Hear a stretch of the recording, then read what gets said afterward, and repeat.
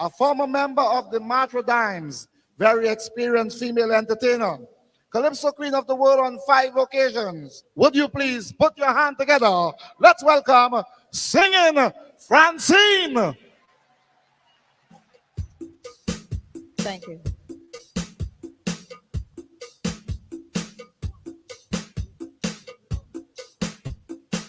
Hate, greed, color, racism is destroying the universe.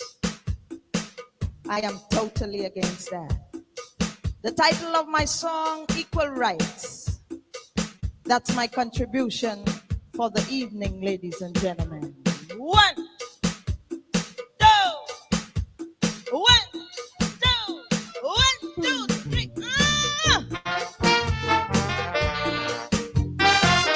Equal rights.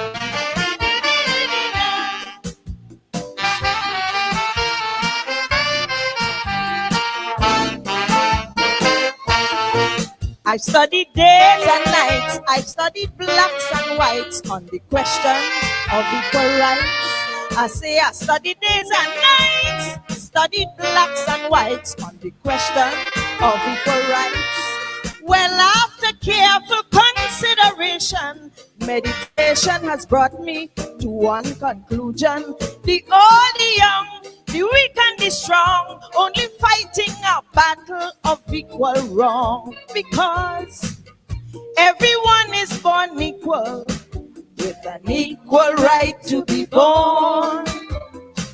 And everyone is equal, so don't treat each other with scorn. The color of your skin doesn't mean a thing. Live and love and be satisfied. You already have your rights, so there is no need to fight. The right to live is the right to die. Thank you.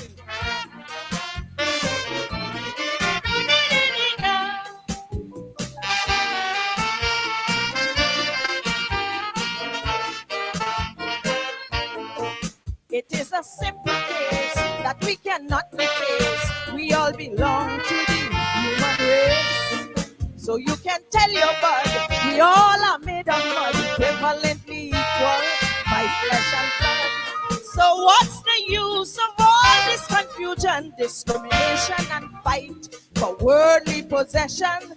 The rich, the poor, the weak and the small are equal in size when the master call. That's right. Everyone is born equal, with an equal right to be born.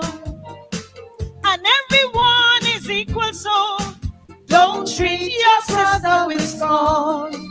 We have the same earth to live, the same life to give, and yet we will not unite. We ought to be ashamed to play a dirty game and then talking about equal rights.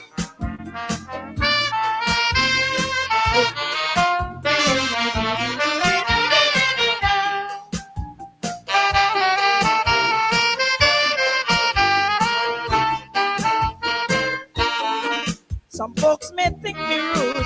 Now I must conclude with those who show such ingratitude. The breath of life we share, the sun, the moon, and air are equal rights given to us here. We may not be the same in culture, skill, and name, or in habits, fortune, and fame. No matter who, why, what, when, and where. Now show me a man that's unequal here. Everyone is born equal, with an equal right to be born.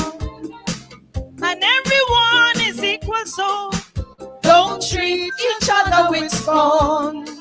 No matter what you possess, well, you don't have to guess. The master said, let there be light. Someday you will agree. Just take time and see. Everyone has an equal life.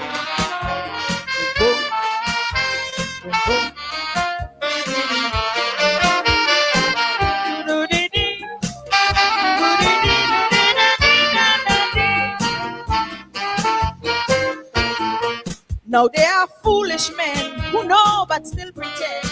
The laws of nature try to amend.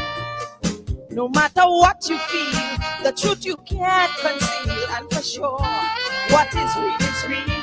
We may not be the same in culture, skill, and name, or in habits, fortune, and fame.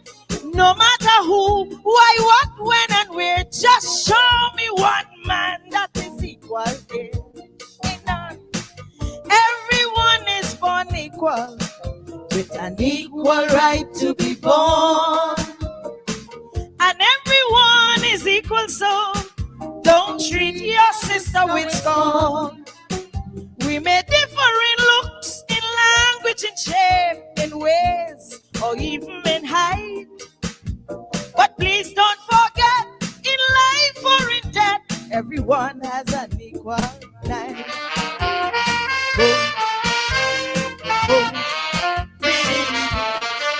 Love is the answer.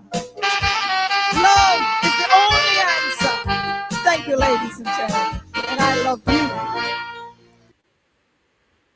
Yes, good evening and welcome to Politics 101 on a Thursday evening. Love is the answer.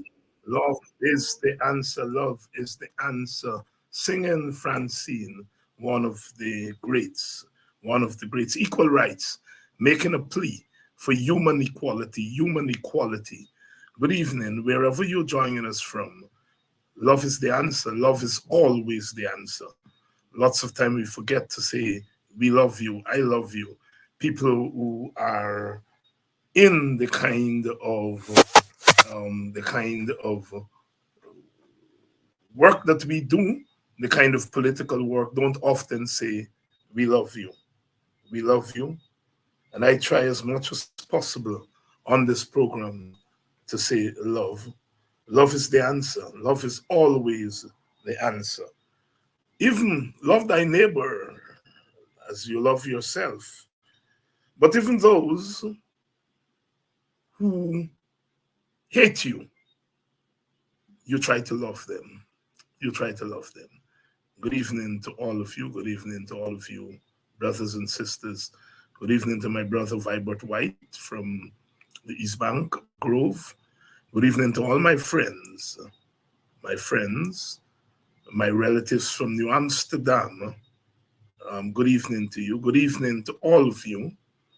Good evening, especially to the people of Linden. A wonderful good evening to you.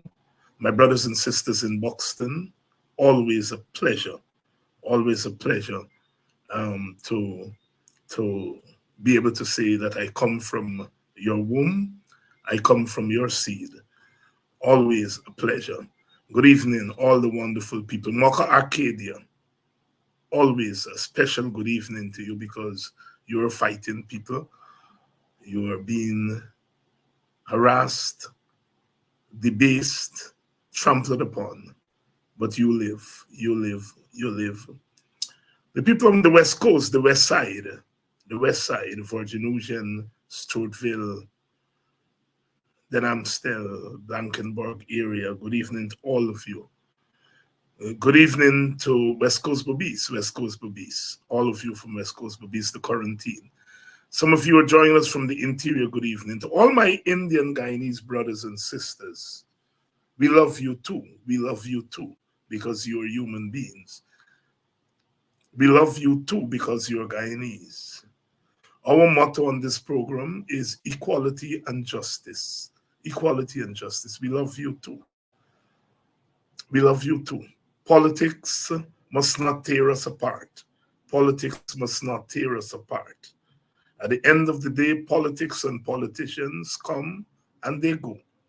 But we remain Guyanese. Good evening to you, Patricia, from Buxton. It's always a pleasure, Buxtonians. I hear you. I see you all. And thank you all for standing with us, always standing with us, always standing with us. And all of you who are in the diaspora, all of you from the Caribbean, who are joining us from North America, Brooklyn, Queens, New Jersey, Florida, Georgia, in particular Atlanta, and my home people in Maryland, Washington, D.C., Virginia. How about all my friends in Arizona and out there on the West Coast, Atlanta? I'm talking about Texas, California. Some of you are joining us from the Midwest, in Chicago, and in the wider Illinois area. Welcome. Some of you are joining us from Missouri, as they say out there. A wonderful good evening. Good evening to you, Emily. Emily, I don't get my good mornings anymore, Emily. You started saying pleasant good morning, Dr. Hines, and then you stop. All of you from Pennsylvania, PA, as my friend Danette Booker would say. I am from PA. You know, Danette moved from Boston and she go to Brooklyn. And then she moved out to Pennsylvania. And she don't say, good evening, I'm joining you from Pennsylvania. Good evening, I'm joining you from PA. Good evening, Danette, and good evening, Juanita Emmanuel, who is also joining us from PA, Pennsylvania. Wonderful good evening to you. My sister, Lynette Zephyr, always my close sister. And as I always say, I'll be knowing Lynette and Mojin, got to school with them, Roman Trust School in Buxton. They were always, as a twin, we call them then twin girls. And you know twins, they stand out.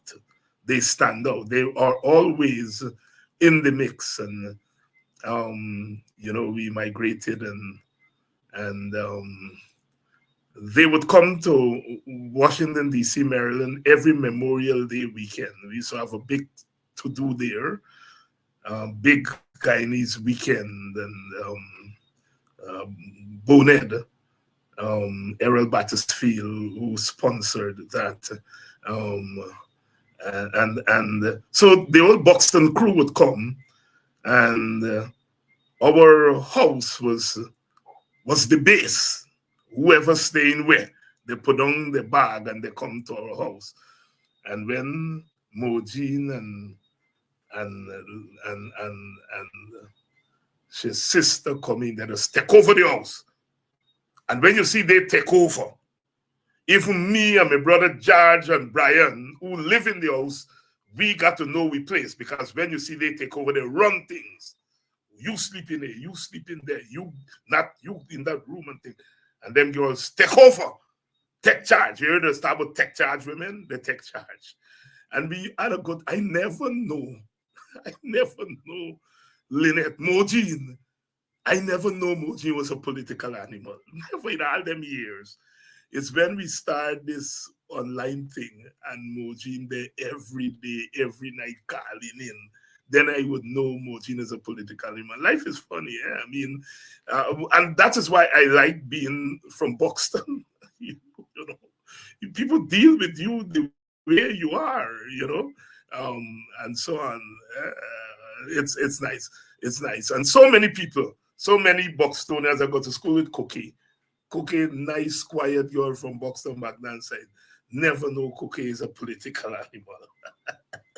Thank God for this medium that some people who you never knew had an interest in politics. And that is why I'm always saying, be very careful when we say about young people.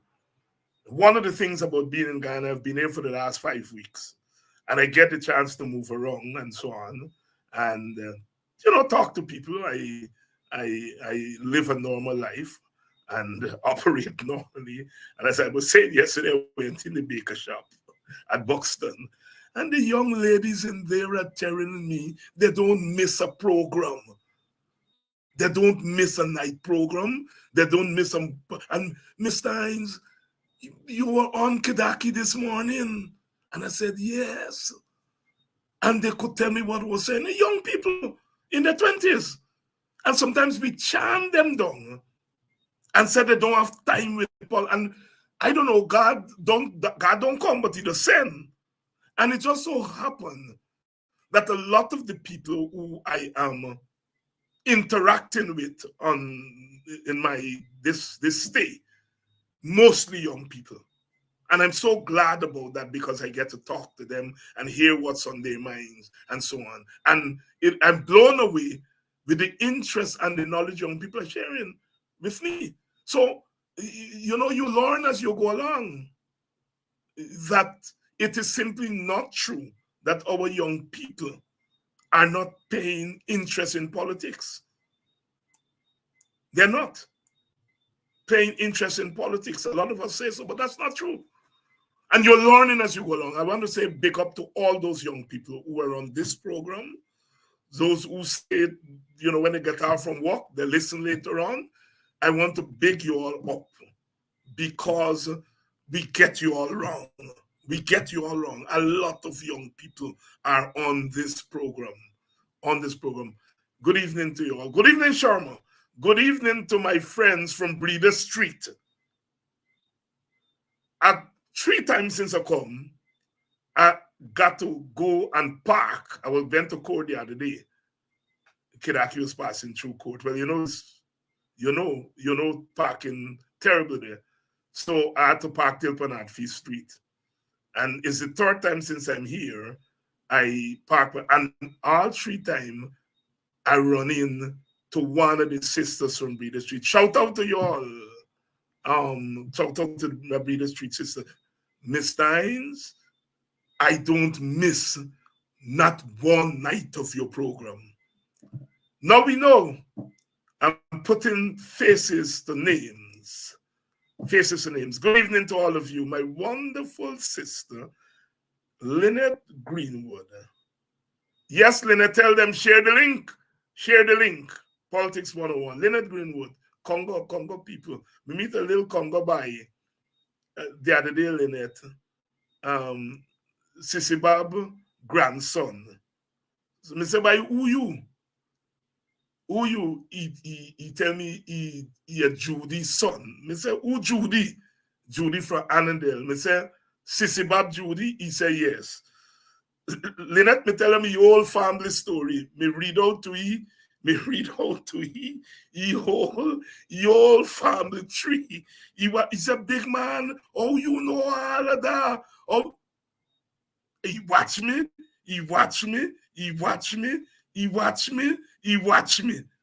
Then he catch himself. He said, you are the man, but you just look more fat on TV. Me said, the same man you're talking to.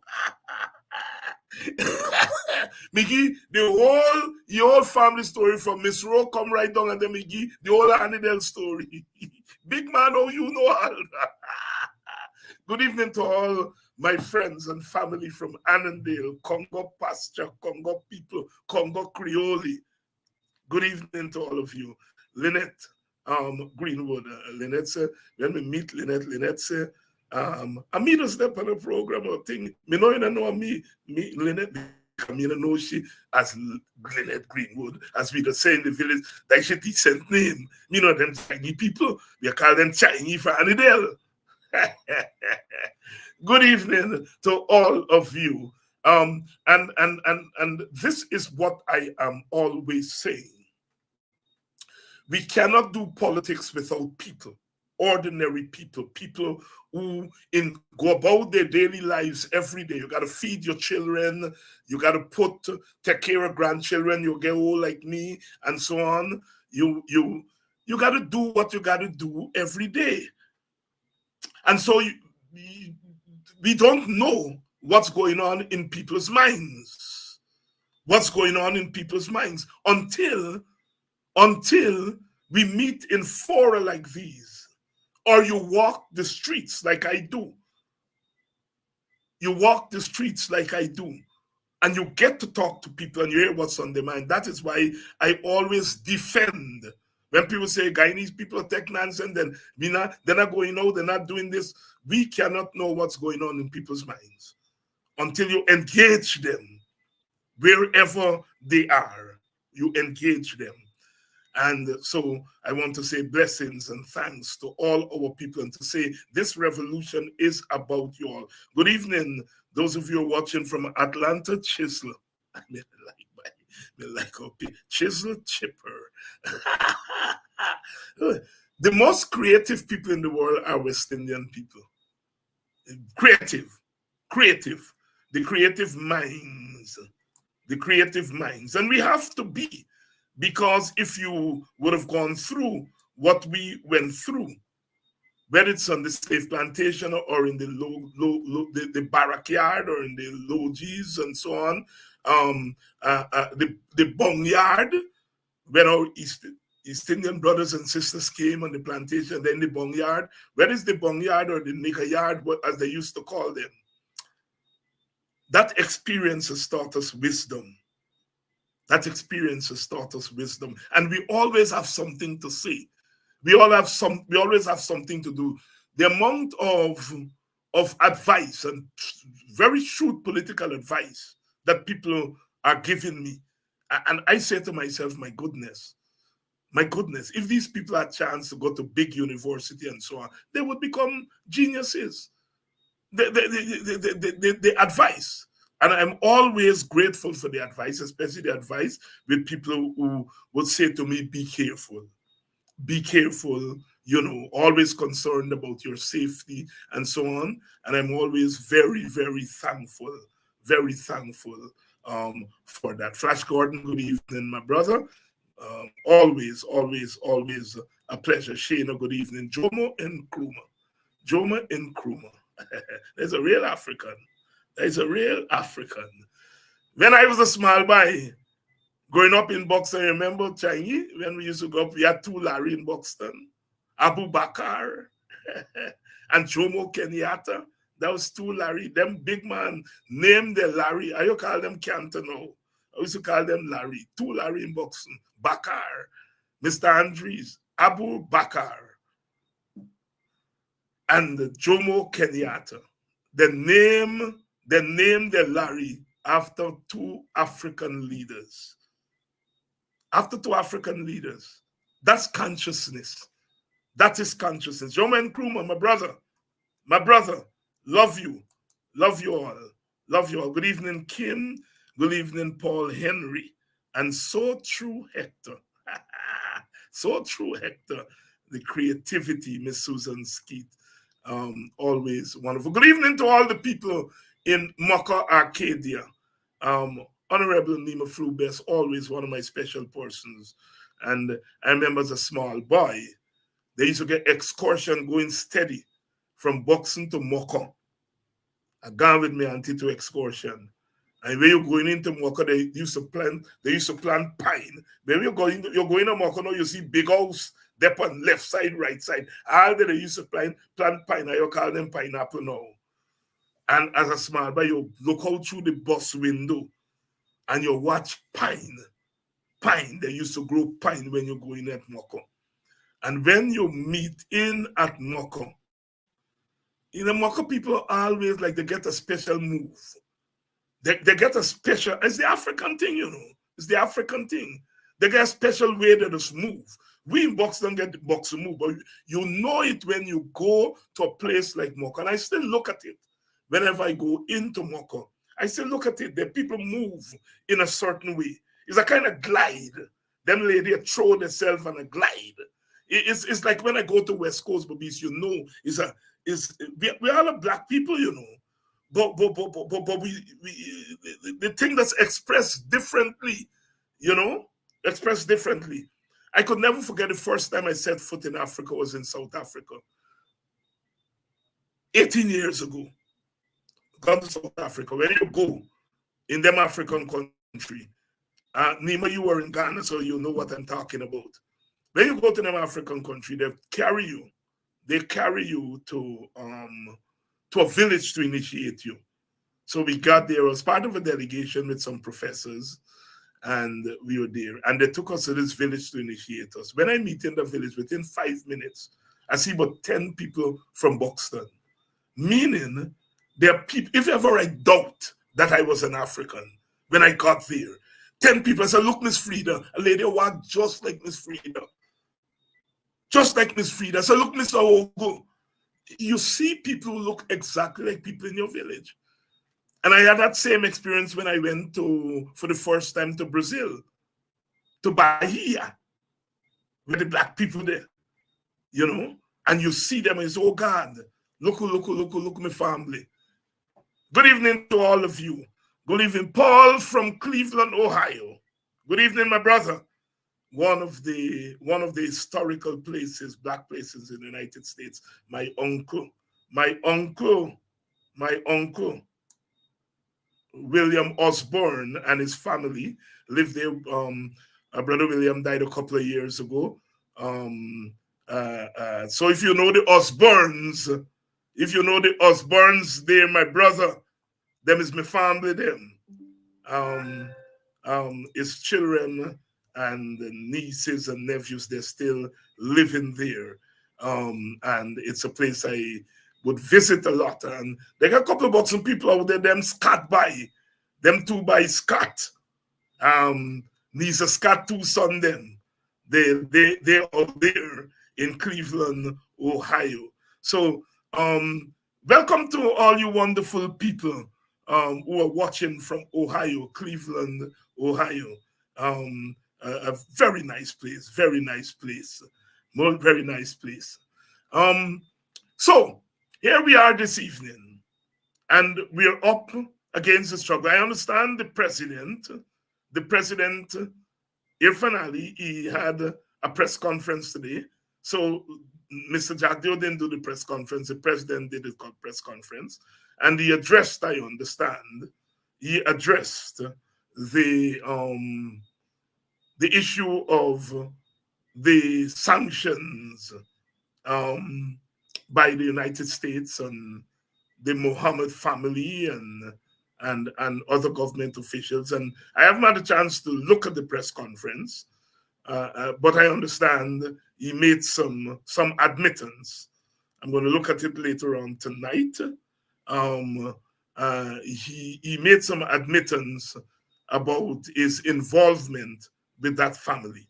And you know, the emphasis I have been making on this program is the culpability of the government. Never lose sight of that. There are individuals who are involved. The family that is involved, and understand other individuals are involved. But our interest here is on the role of the government. And I think they've gotten to the end of the rope. And they've got to go. They've got to go. Good evening to you, Susan Skeet.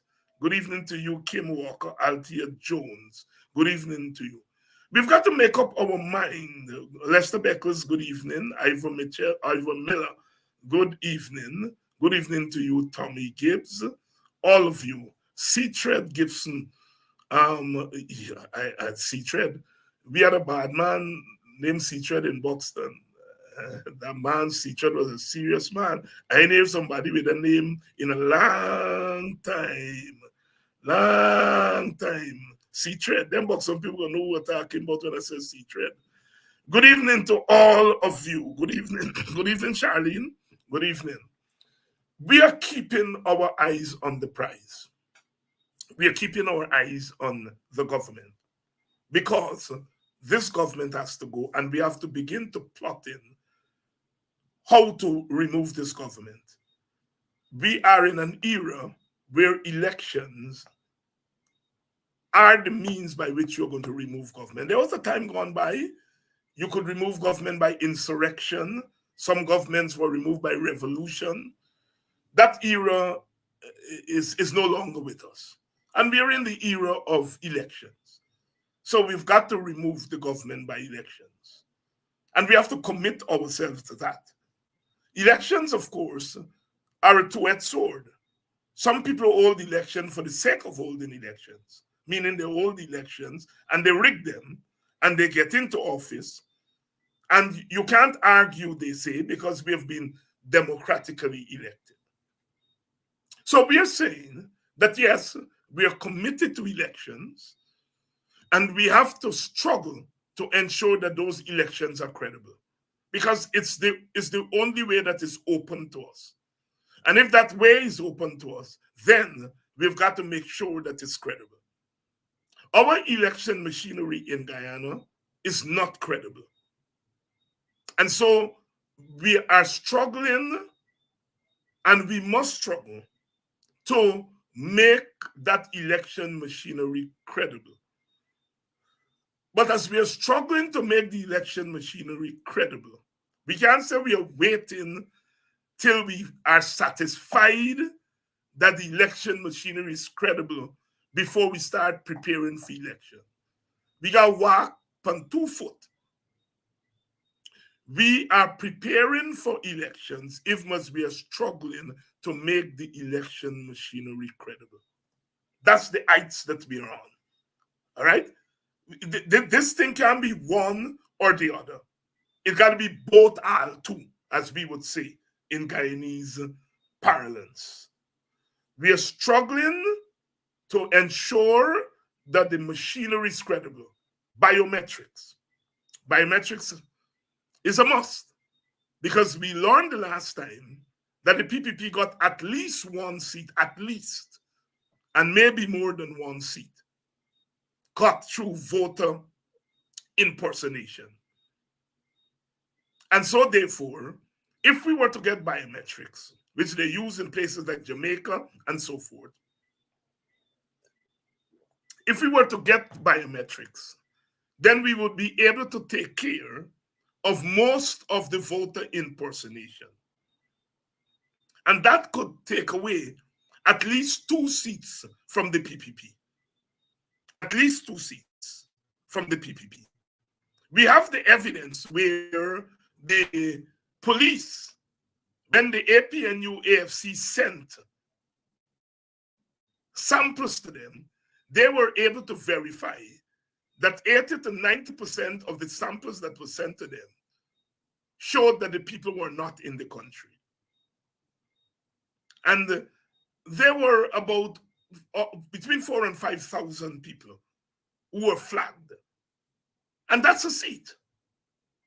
So biometrics could cut 2 seats from the PPP, 2 rigging seats from the PPP.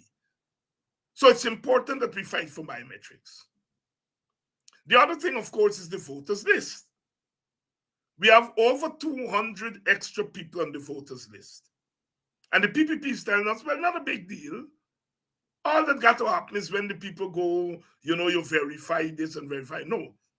If you got 200 extra people, and it takes 10,000 people for 2 seats, you can easily steal 10,000 from that 2,000 extra, that 200,000 extra.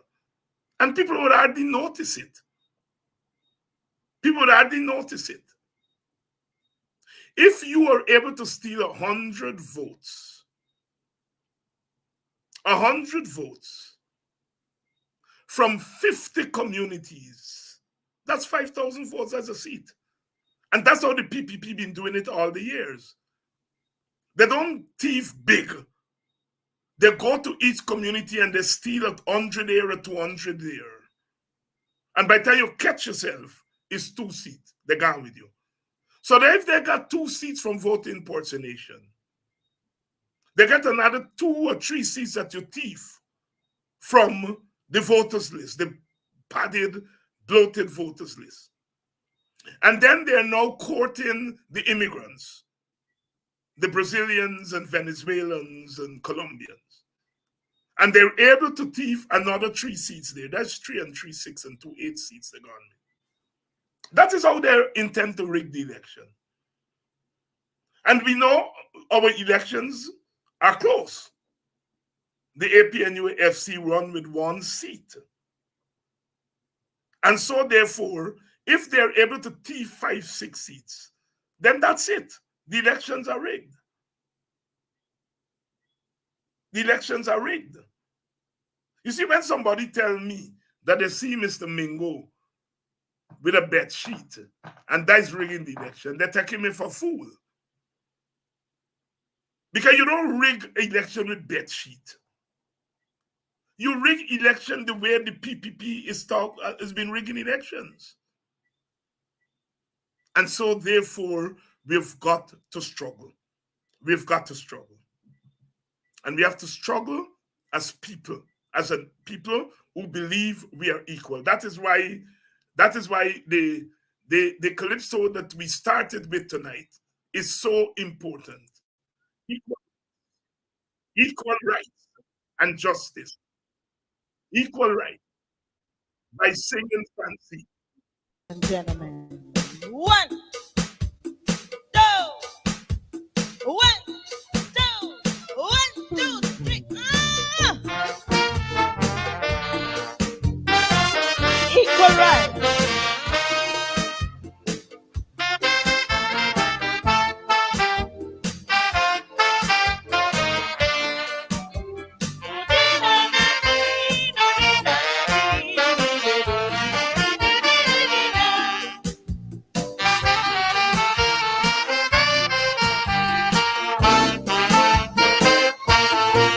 I've studied days and nights, I've studied blacks and whites on the question of equal rights. I say I studied days and nights, studied blacks and whites on the question of equal rights. Well, after careful consideration, meditation has brought me to one conclusion. The old, the young, the weak and the strong, only fighting a battle of equal wrong. Because everyone is born equal, with an equal right to be born.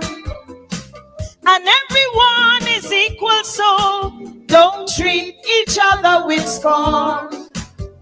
The color of your skin doesn't mean a thing. Live and love and be satisfied.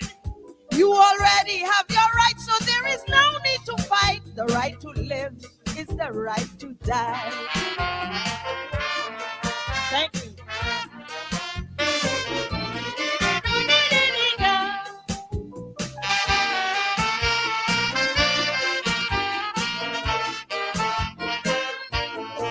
It is a simple case that we cannot be faced. We all belong to the human race.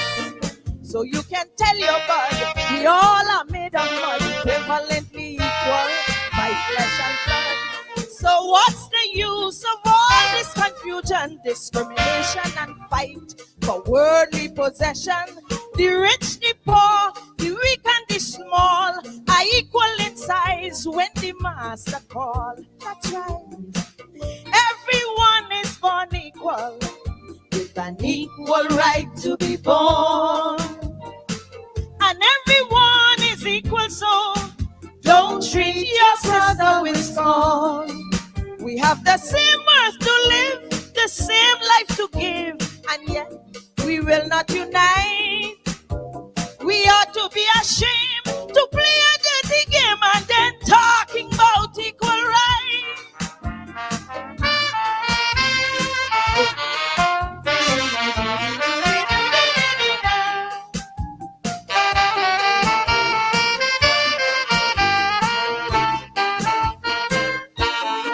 Some folks may think me rude. Now I must conclude with those who show such ingratitude. The breath of life we share, the sun, the moon, and air are equal rights given to us here. We may not be the same in culture, skill, and name, or in habits, fortune, and fame. No matter who, why, what, when, and where. Now show me a man that's unequal here. Show me a man or a woman that is unequal here. We are all equal. We are all equal. And that has to be a watchword. We are all equal. And we live in a Guyana in which we are not all treated equal. And people are trying to tell us that we must submit ourselves to be treated unequally. You see, when somebody has power, and then they say, look, don't rock the boat. Don't do anything untoward. Just join me, and we are going to have a national narrative. What they're talking about is a national narrative in which they are dominant. And that is the trick they're trying to pull on African people in Guyana, and by extension, opposition people. They're trying to say, okay, let's have a national narrative. But then having a national narrative when they have the economic power in their hands, the political power in their hands, the cultural power in their hands. And they're saying, let's be national. Let's have one Guyana. But of course, it's one Guyana, but it's one unequal Guyana. Singing Francine is saying there, we are all born equal. And if we're born equal, we have to live equal. That's non-negotiable. That's non-negotiable. And so we were talking about election just now. And we are saying that we are preparing for elections. And that we are prepared to accept free and fair elections. And we're going to fight for free and fair elections. But this question of human equality is not an election thing. It's a day-to-day thing. And so therefore, this thing about our equality in Guyana has to be taken seriously. And that is something that we have to struggle for every day. And it starts with us African people. We don't get equality just like that. We have to demand it. We have to demand it. And that is why they're trying to shut some of us up. Because they feel if they get us out of the way, then they can make our people unequal. They can treat our people unequal. You see, there are some black people, like those in the PPP, and I don't mind black people being in the PPP. That's their business. But if you're going to go in the PPP, as a black man, as a black woman, do not sell your people or do not sell yourself. Go in there and stand up as a black person and say, I'm in the PPP as an African, and I am equal to other people in the PPP. And I am not going to tolerate the PPP government trampling on black people. But no, the people in the PPP are the ones who are easiest, quickest to denounce and trample their own people. That is my problem with them. My problem with Robeson and the bishop and some of the others. My problem with them is not that they're PPP. My problem is that they're going to the PPP and they stop being African. They stop being African. They accept second-class citizenship. And then they're urging their fellow black people to become second-class citizens. And that's my problem with them. So they see some of us as threats. Because we are not saying, seek ye thy political kingdom and all other things shall be given unto us. We are saying we want the political kingdom, we want the economic kingdom, and we want the cultural kingdom too, equally. Equally. If you are looking at us and tell us that we are worth $100,000 and you're giving 100 million to others, then you're really saying to us that you all are second class, third class, low class. And so that is a clear and present danger, and that has to be fought every day. And we are not giving that fight up. We're not giving that fight up. Because the minute we give that fight up, we are surrendering ourselves to be enslaved. And people have to know that the harder they come, the harder they fall. That if you come at me trying to take away my dignity, I won't fight you back with my dignity. You see, some of the people across on the other side, they're vexed with me Because I say to you all on this thing that I've been to school and urging you all to go to school. And they feel that we are probably looking down on them. Now, if people in the leadership of the PPP can't talk properly or can't mambo properly, that's not my fault. That's not my fault. When I talk about education to you all, is I am saying do not give up education. Send your children to school. Even if you didn't make it too far, make sure you pick me to go far. Because education at the end of the day represents power. And they have a problem with that. David Hines always say that he been to school and yet, damn right. Damn right. Because you all are saying that black people don't want school. All they want is wine and jam and wine. So I'm telling you, that's not true. We like school. There's one thing I can say about African people. That they may not make it far, but they always want the children to go far. I see it up to today. The women especially, were always trying with their children. Were always trying with their children to school. Education is important. And they don't want me to talk to you all about education. Now they went back, as I was saying a couple of nights ago. They went back to a speech I gave in Victoria. They say September. Some people are saying it's August. I can't remember. But it was shortly after they came to power. And I asked Guyanese people, in particular African Guyanese, to undermine the government. And I stand by that to today. And they're saying that it was that call to undermine the government that influenced people to go at Monrepo and beat up Indians and take away their food. First of all, nobody beat up anybody. Nobody beat up anybody at Monrepo. Yet big men, educated men, sat down on a program and a line on black people to say those people went and they beat up Indian people at Monrepo. You all remember what happened at Monrepo? Nobody can get beat up. But it's a thing in which they like to portray our people as hooligans. And that is why I always say that I went to school. Because I'm making a larger point. That we are not hooligans. We are as educated as other people. We are as reasonable as other people. And they're sitting there lying.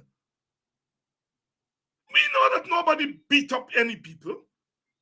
They set a few people up in the march. The police stopped the march at Monrepo. The people that planted the march went and they robbed the people, take away their food and things on their stall. They set it up. They didn't stop the march at Buxton. They didn't stop the march at BV. They didn't stop the march at Annandale. They didn't start the march at Strathpay, Monrepo, Enmore. These are all Indian areas. They stopped the march at Monrepo because the market is there on the road. And the people that sat in the march went out and loot the people's stall. Nobody was beaten. Yet these big men 4 years later are lying on black people and saying, David Hines tell them in September 2020 that they must undermine the government. They listen to David Hines and then they go and beat up Indian people. This is the lies that they're telling on black because they feel that we are nothing. And they want to get people like me out of the way so that they can lie to you all and make you all believe their lie about you all. They want to make black people into hooligans. And they want to say that it's Kwayana and David Hines and Kidaki and Henry Jeffrey and Nigel Hughes, who are making you all into hooligans. And I want to say to them, that is why I just said to them, we went to school. And the fact that we went to school, we are not going to socialize our people to be hooligans. We are socializing our people to be conscious. And that is what I am saying here. Be conscious. Be conscious. Because they want to make you all into hooligans. And then they make up a story 4 years later. So somebody who was not here last year or year before the last, when the story happened there at Monrepo, somebody who was not here listening to them, and they're telling people, these black people marched from Golden Grove, they passed all the Indian village and they went to Monrepo and beat up Indian people and take away their food. And they don't want people like us around because we are going to be able to say to those strangers, no, that's not what happened. That's not what happened. But they want to nail and to paint our people as hooligans.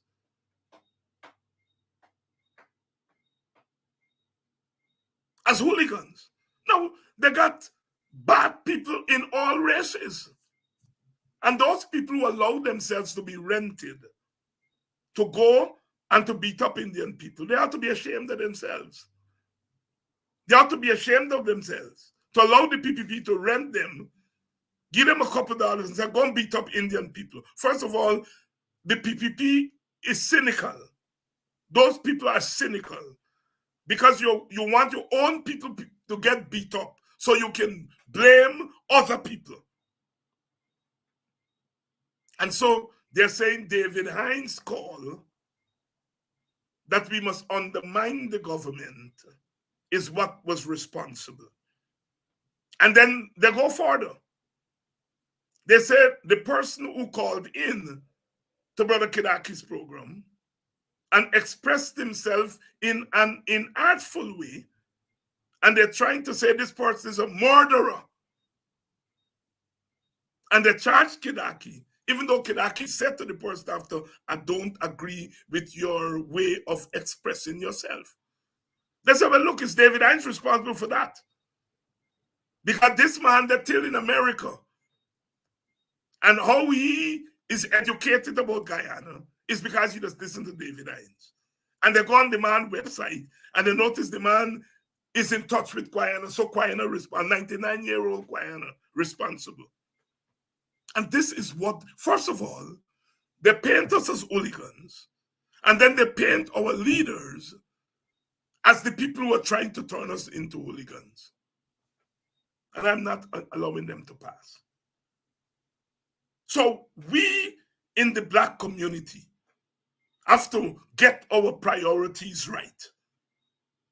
And that's why I'm saying every day, send your children to school. I don't care if when they come out of school, they get 4 CXC or 3 CXC, let them go to school. Some gonna get 20, some gonna get 10, some gonna get 3, some gonna get 4. Send them to school. I don't care which school they get to when they finish common entrance.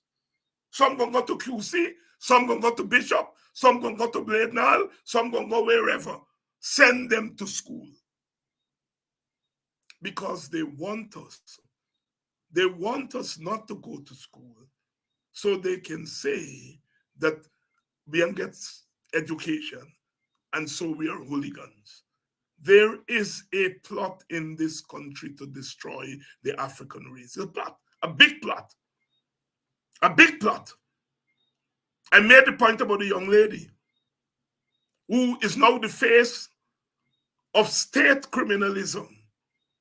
She's the face of state criminalism. And as brother said last night, Brother Nigel said last night, this is an Indian Guyanese-led government. And if you come from Mars and you look at this recent thing and you see a black woman as the face, you'll say, oh my God, well, black people are represented. Yeah. No, she's just the face.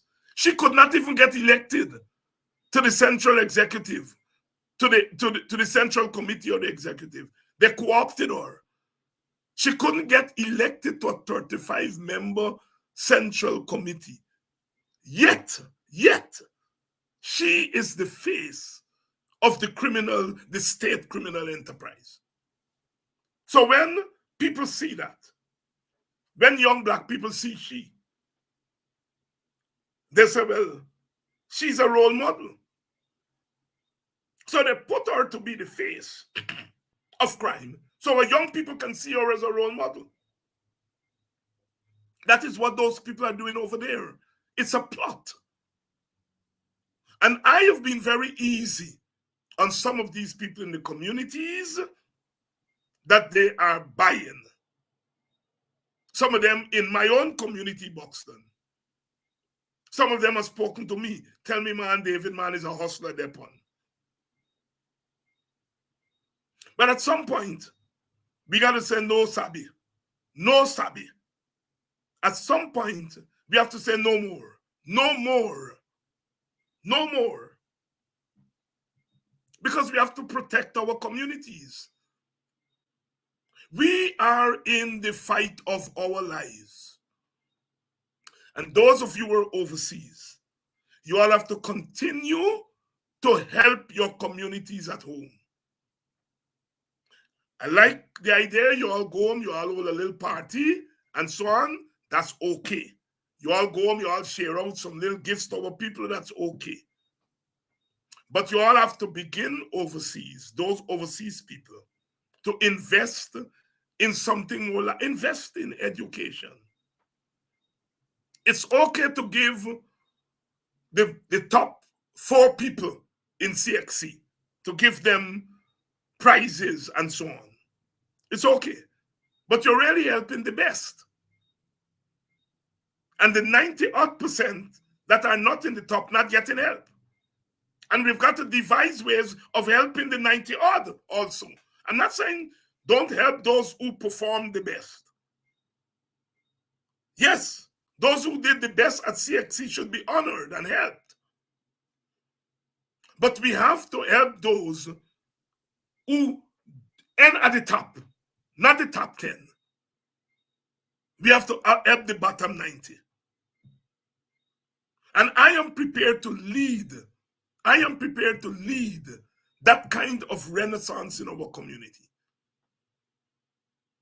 Somebody from my own village have begun to engage me about doing something in our village for that. In the old days, at emancipation time, we used to have essay competition, poetry competition. And we stopped that. This year, we are restarting it. We are restarting it. I'm already talking to elders in the village, some of who approached me and said, restart that essay competition. And so we are restarting this year an essay competition targeting young people in high school and young people at the university level.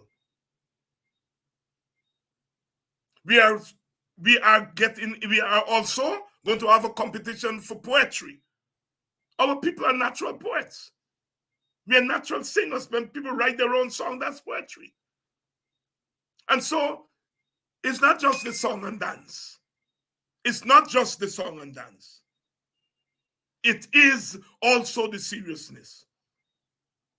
And in your communities, this emancipation, if you are interested in your community in following suit and putting on an essay competition for young people to write about emancipation, to write about Black history, to write about Black scientists, if you're prepared to do it, I am prepared to work with anybody in any community to raise prizes for people, young people who participate in those things. Man shall not live by bread alone. We are doing politics, but we also have to do education. And it's just not just the formal education, the informal education.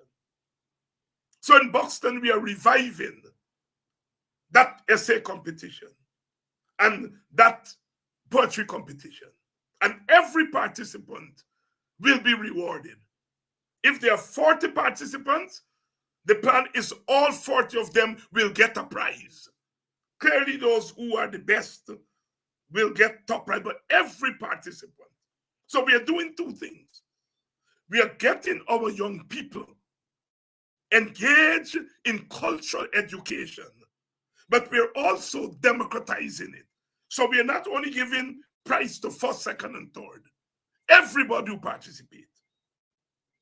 And I'm prepared to use this program to raise the prizes so that our young people do not just engage in dance and so on, but those young people engage in creative talents, engage in showcasing their creative talents. Our people must learn to write again, our young people. Let's not fool ourselves. We have an education problem in Guyana. Our young people are coming through the school system. They can't write a paragraph properly. It's no fault of theirs. It's even no fault of their teachers. You can't pay teachers where you're paying teachers and expect them to pay attention to children. And the children can't learn the skills if the teachers don't teach them. It is a domino effect. And I am saying that if the school system is not up to par, then the community has to step in. The community has to step in. And so I'm saying tonight, we have work to do, plenty work. We have the political work to do, but we have the work to do here and now. When it comes time for election, a lot of our young people, because they're not able to read and write properly, they can't register. At the last election, I had to, because some of the young people understand me, they feel shame. Many people go to the house, they're running away and so on. And I volunteered to go. You all tell me which house. I volunteer to go. They're less likely to run away when they see me. And to get them to register. So we have to begin to deal with the crisis in our community.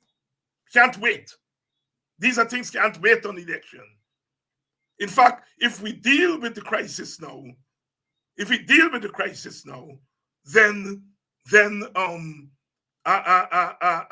it will benefit us at election time. The other thing is, in addition to education and culture, we have to get our people into business, our young people. We have to get them into business. It is for that reason that we in Boston for Emancipation, we are organizing, Cam Stevie is spearheading it, a business expo, where we are encouraging especially young people who are doing things. Young people are doing creative things, running their little business. And we are encouraging them, bring out your little business and let the village and the country know that you get a small business. So we are calling the big business expo. Expo meaning expose, where our young people who are engaged in their little business, whether they're selling craft.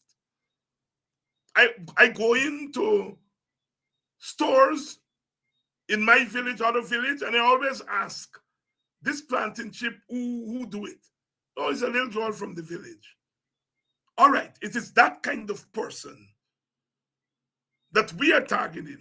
You have your small business. Come out to this business expo. And you are exposing, look, I have my small business. And what you are doing is networking and let the world know. Now we have this internet thing. We can go live with those things. And those of us who are overseas, who get some little disposable money, or we got markets overseas, we can link you all up with these young people who are doing businesses, who are doing business, and help you to help them market their stuff overseas. Once those things can be shipped overseas. We are taking the initiative in Buxton, but like I said, if in your community you want to do something similar, I am prepared to work with you in your community to do these things. Because this is not just about Buxton. This is about the African Guyanese community. The reason I'm talking this way tonight, I start off by talking about what we have to do politically. Because we have to win politically. But I'm saying that there are other things we have to win on a day-to-day basis. They always say, well, what the APNU did do for black people. And some of us black people don't say, well, the APNU didn't do nothing for me, and so on and so forth. What political parties and governments do for you are big things. Government don't do small things. The small things have to be done in your communities. And it's good when you have a government that is friendly. And that is what ITPADG has been doing. ITPADG has been working in African communities to encourage people to do small things. So in Mocha, you have the Mocha Market Day. I haven't had a chance to go, I hope. You know, Nima, you have to tell me when is the next one so I can come. And that is the kind of thing we have to begin to do in each community. And that is my message. I'm going to be hammering that message over. Hammering that message.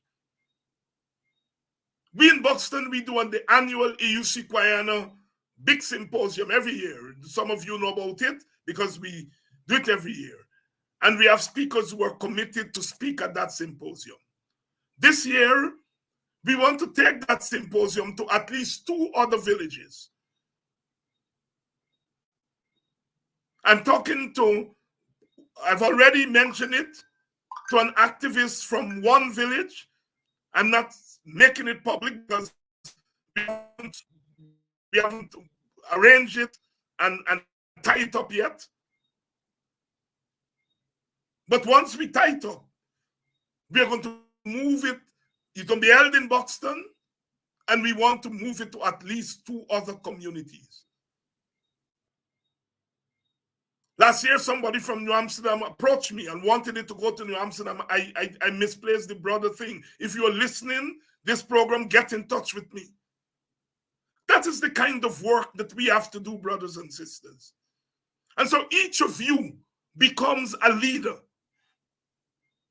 And if you are interested in doing that kind of work, just contact me. Contact me.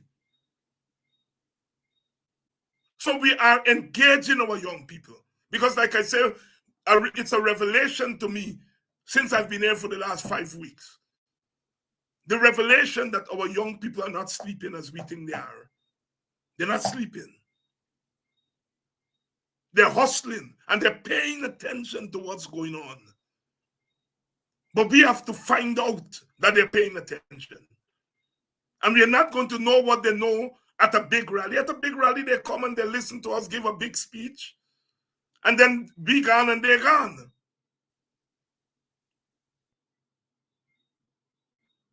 We have to engage them. And engage them in a meaningful way. We are not in government. We are not going to be able to give them money. But we are going to be able to give them consciousness, knowledge, education. And those things are within our capacity. So I'm giving you all work to do. I'm giving you all work to do. So I come back to the politics. Biometrics. I notice Nima is saying it quite right. Biometrics is a must. Since the death would not turn up. She's right. And I'm telling you all, we are working hard with biometrics. You all may say correctly, but the government will not budge on it. And I am telling you all, as a whole revolutionary, governments don't budge until you make them budge. And we are going to make them budge. We are going to make them budge. Because there are ways and means of getting them to budge. There's not just one way. We have got to make them budge. So, biometrics on the political front. Cleaning up that voters list. Very important. Very important. Making sure that the staff at GCOM is not compromised as it is right now.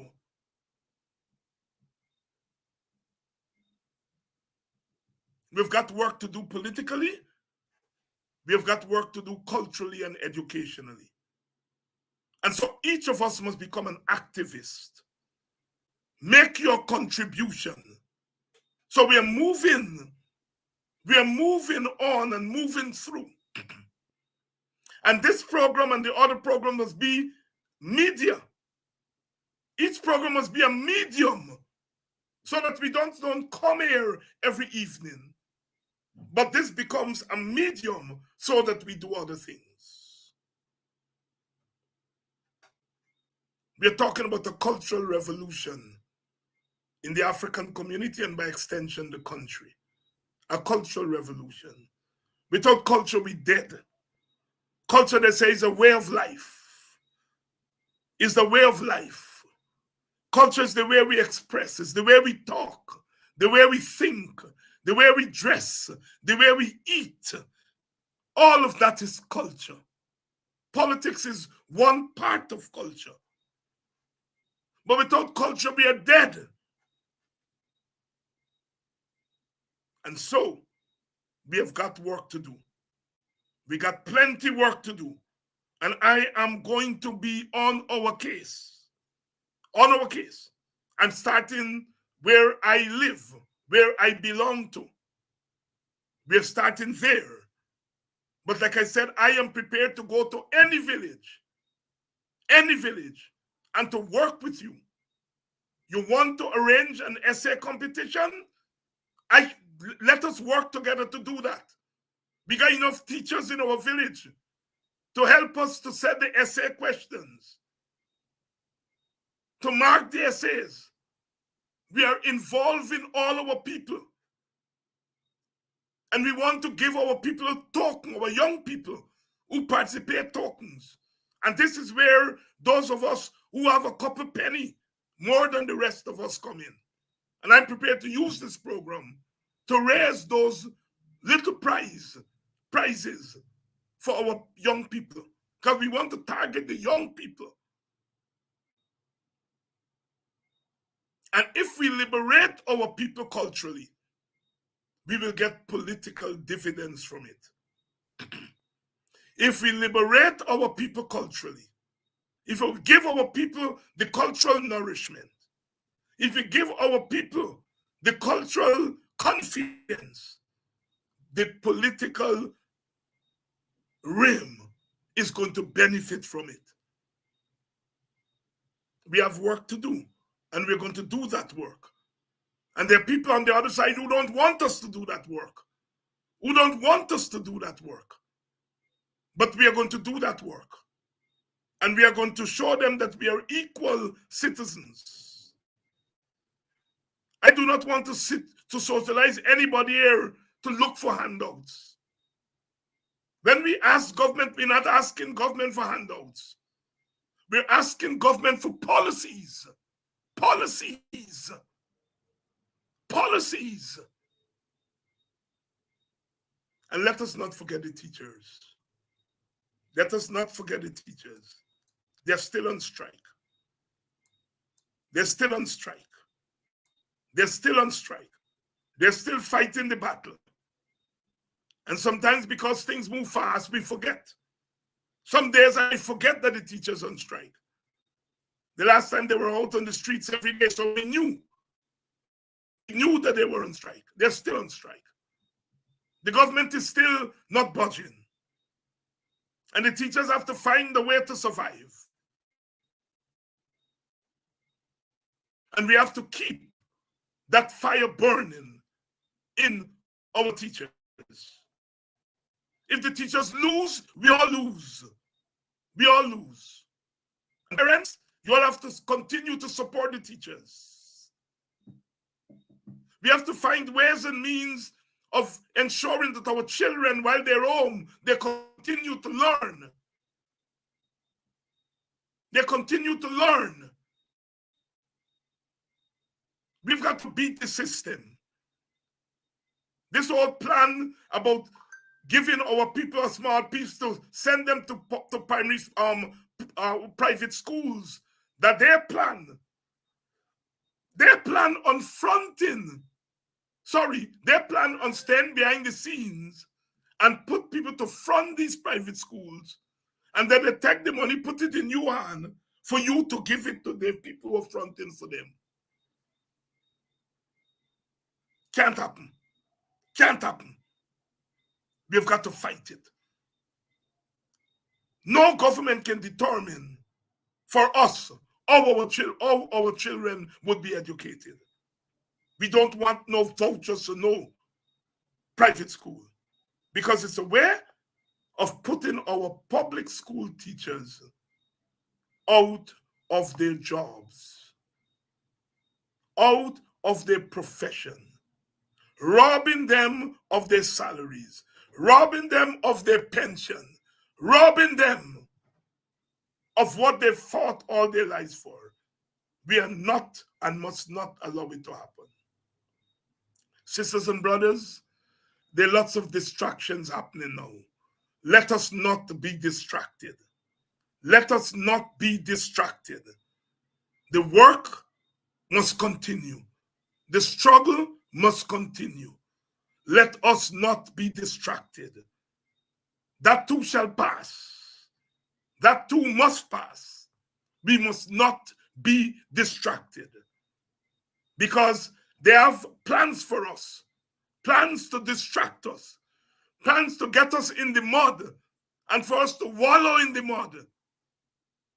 But we have got to fight back against those plans. Fight back against those plans. Brother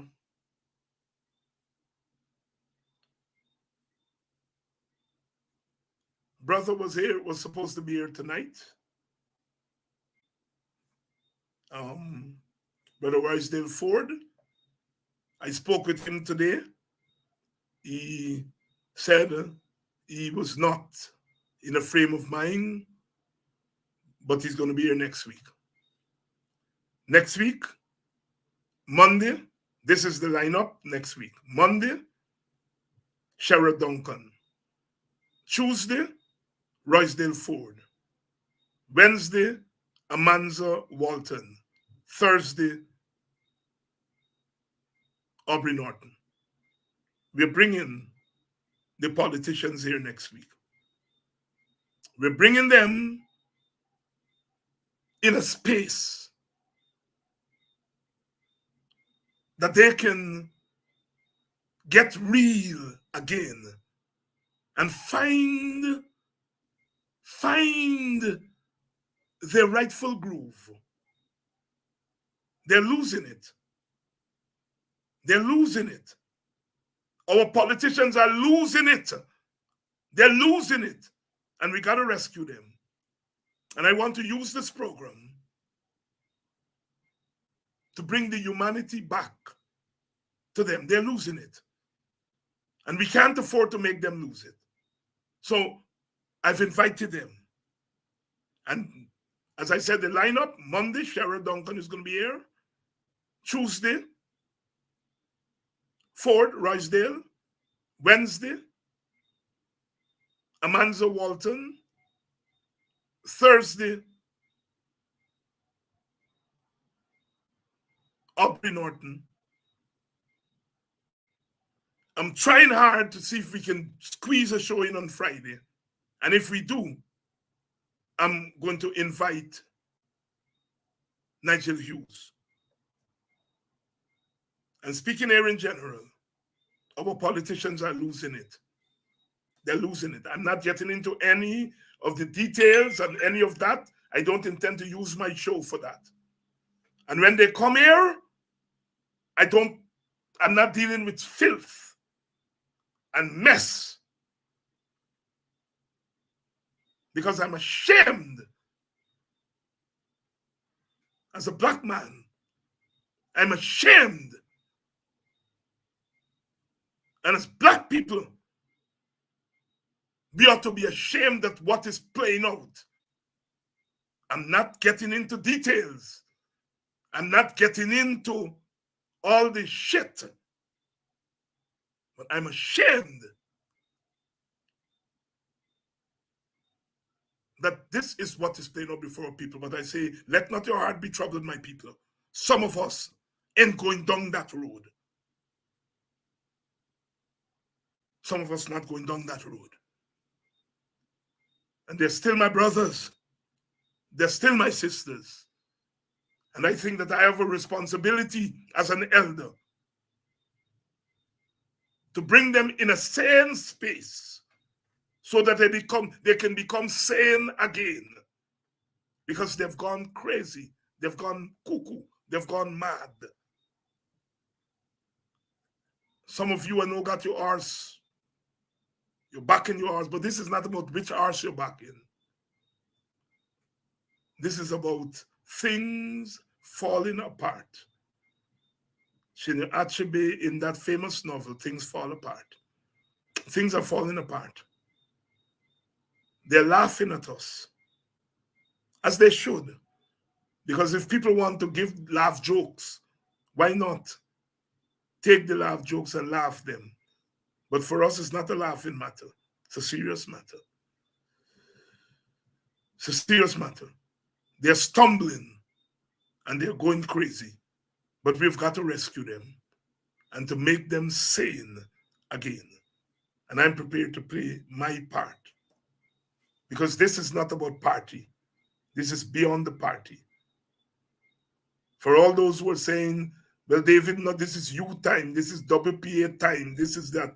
I hear you. And I want you all to support me and support the WPA. But not at the expense of the mess that is happening there. That mess is our mess also. And we've got to clean it up. We've got to help to clean it up. We've got to help to clean it up. So, by the grace of God, with the help of our ancestors, and with your encouragement, we'll see what we can do in the coming week before the big showdown, the big Congress. The big Congress. We'll bring them here and give them some culture and help to make them clean and sane again. I am so glad. I'm so glad I learned my politics under AUC Kwayana. Many people say Kwayana's stupid. He could have become the first premier. He could have become prime minister. He turned it all down. And people tell me he's stupid. And people like me stupid not to like power. I'm so glad that I was not raised to like power so much that I'm prepared to allow myself to be dragged into the mud. Not criticizing anybody personally, but there's something not right about our political culture, our elite political culture, that allows our elites to be so consumed,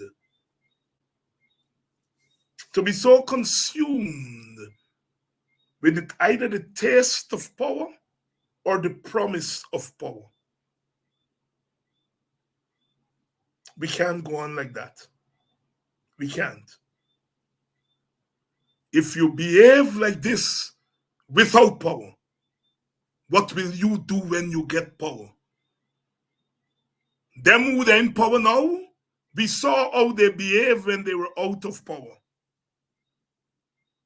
And we now know, with power in their hand, what they're capable of doing. We have to save our own from that. Good night. Good night. And I'll be back here tomorrow night. I have guests tomorrow night. And we're going to do it tomorrow night. And next week when we come, we're bringing the politicians here for some cool down. Cool down the pace. Is who said cool down the pace by Gregory Isaacs? Yes, the cool ruler. The cool ruler. Cool down the place for me. Cool down the pace for me. We're going to bring them here to cool it down a little bit. They can't continue to shame we so much. Again, tomorrow night,